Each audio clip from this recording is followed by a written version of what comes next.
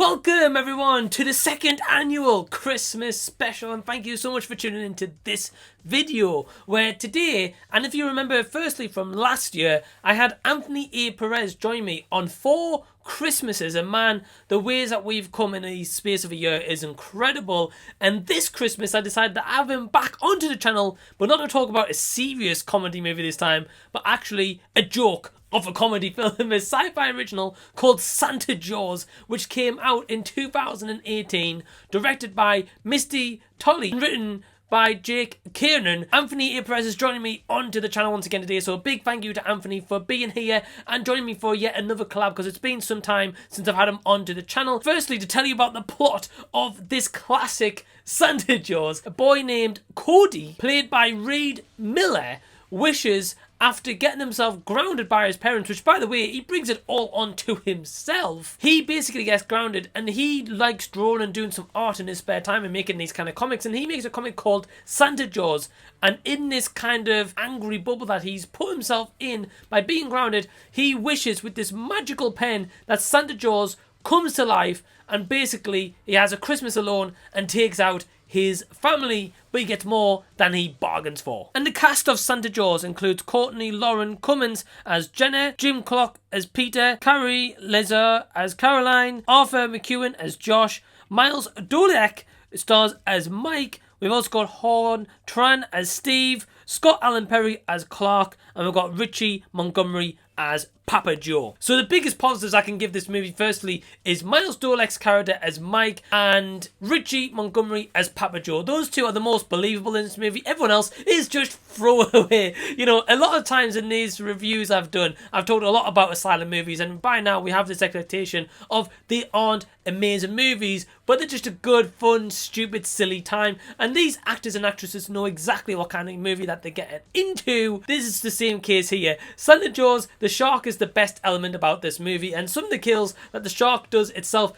are fantastic. But what we actually see, some of the effects of when the shark actually kills the person is pretty good compared to other movies I've seen. But at the same time, when Arthur Montgomery's character Papa Joe dies, he's leaning over like that for a good 2 minutes or so, and then the shark eats him. Yeah, this shark is just ridiculous. It's basically just a normal shark with Santa's hat on and kind of like Christmas lights surrounded, and also has some kind of jingle bells as well to attract attention or know that it's coming by the sound of the jingle bells. Yeah, this movie just is absolutely whack. I honestly had a blast watching this movie. Is it my all-time favourite kind of like spoof, daft, crazy bonkers out there movie? No, because it definitely could have had more elements added to it, and the performances overall are just shambolic. And our main character Cody is just not likable whatsoever. Reid Miller doesn't do a good job as Cody. I didn't feel for this kid whatsoever. He gets grounded in this movie by his parents, who by the way didn't like the parents whatsoever. The reason he got grounded is because of stupid things that he did himself, and he's having this kind of pity party because he gets grounded, and I'm just like, well, be better behaved. You wouldn't have been grounded. You wouldn't have been in this mess. Santa Jaws wouldn't have even been alive and killed your family. Long story short of that. But before I dive more into Santa Jaws and give you more of my thoughts, let's hand it over to the awesome Anthony Perez, my guest at this time, and hear his thoughts on Santa Jaws.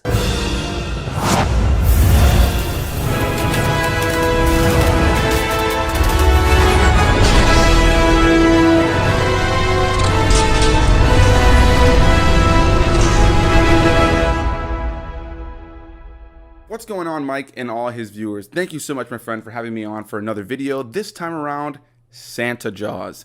I was pretty excited to check this movie out when you sent me the poster for it and you wanted me to join you for this one because, yeah, we've talked about it. I'm a huge fan of shark films, but I'm also somebody who's terrified of sharks. They're my biggest fear in the real world, genuinely. And so sometimes the scariest movies for me when it comes to the horror genre are really good shark films that build a lot of tension, keep the shark pretty creepy and eerie, and those movies just tend to make me feel unsettled. Sometimes even goofy shark movies will make me feel unsettled just because I'm afraid of sharks. But thankfully, I didn't have to worry about that with this one because this is One of those films that falls in line with those really ridiculous, over-the-top shark films. You know, here we have Santa Jaws, we've also have Sharktopus, or Mega Shark versus Mega Octopus, or Sharknado, or any of those other kinds of films. The director of this film is Misty Talley. Yeah, looking through their filmography, they've also directed a few of these big, over-the-top, ridiculous shark films, and so it seems like that's right up their alley. Overall, I found myself rather entertained by this film. I don't know if it is or not, but it very much felt like a sci-fi original channel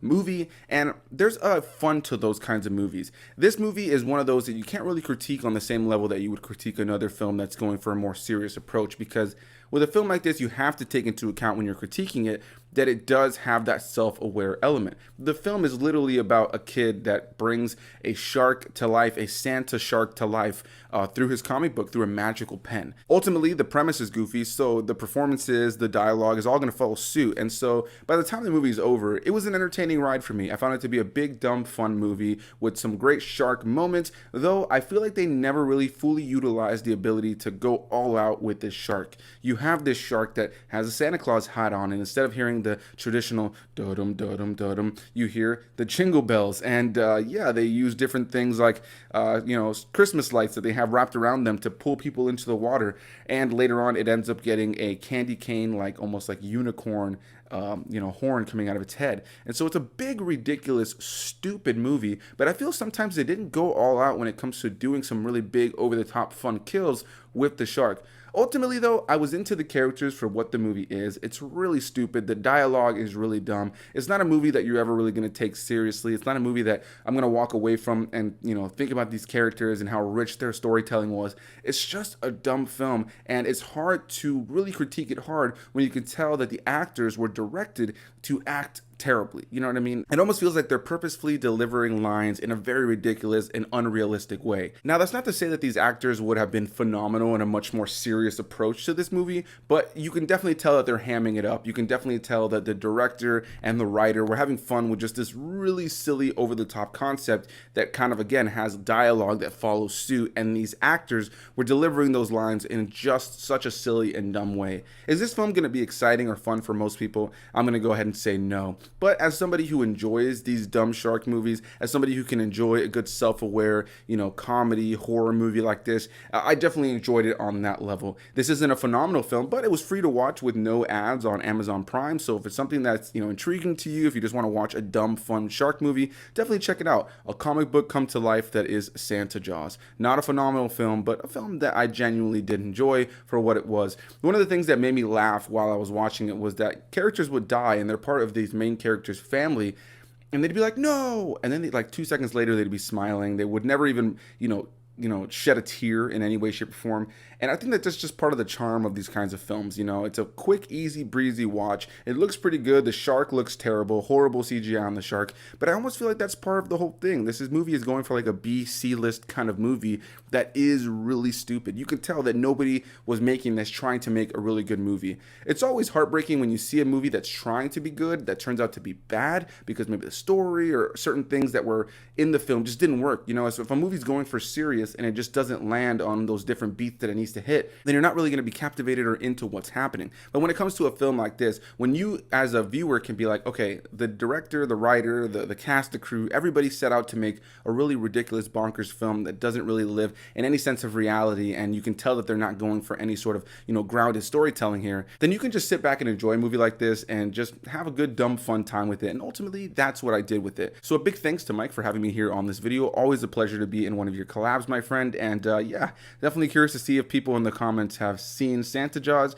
or want to see Santa Jaws. And until next time, I'll see you guys in the next one. Anthony, my man, thank you so much for sparing the time and joining me on this collaboration for Santa Jaws. I've been dying to talk about this movie for some time and to check it out, and I knew if I was going to have anyone on this movie to check it out, it would have been Anthony A. Perez, as we've talked about spoof movies in the past in my Terrible Movie Collab series, so to have him back on. And man, I think we pretty much see eye to eye. I do agree, the shark kills are awesome, but they definitely could have gone way more out there and just fully fledged to the overboardness that this movie was going for and committed a little bit more to it. But at the same time, I really enjoyed the fact that this Shark Dencock and this candy cane unicorn out of its head at one point was just going crazy, pretty much just killed every bloody person in this town that existed. And one thing that I actually really liked, the element and the kind of risk that they took, is that they actually killed off the main character Cody's family, but also his love interest and his best friend.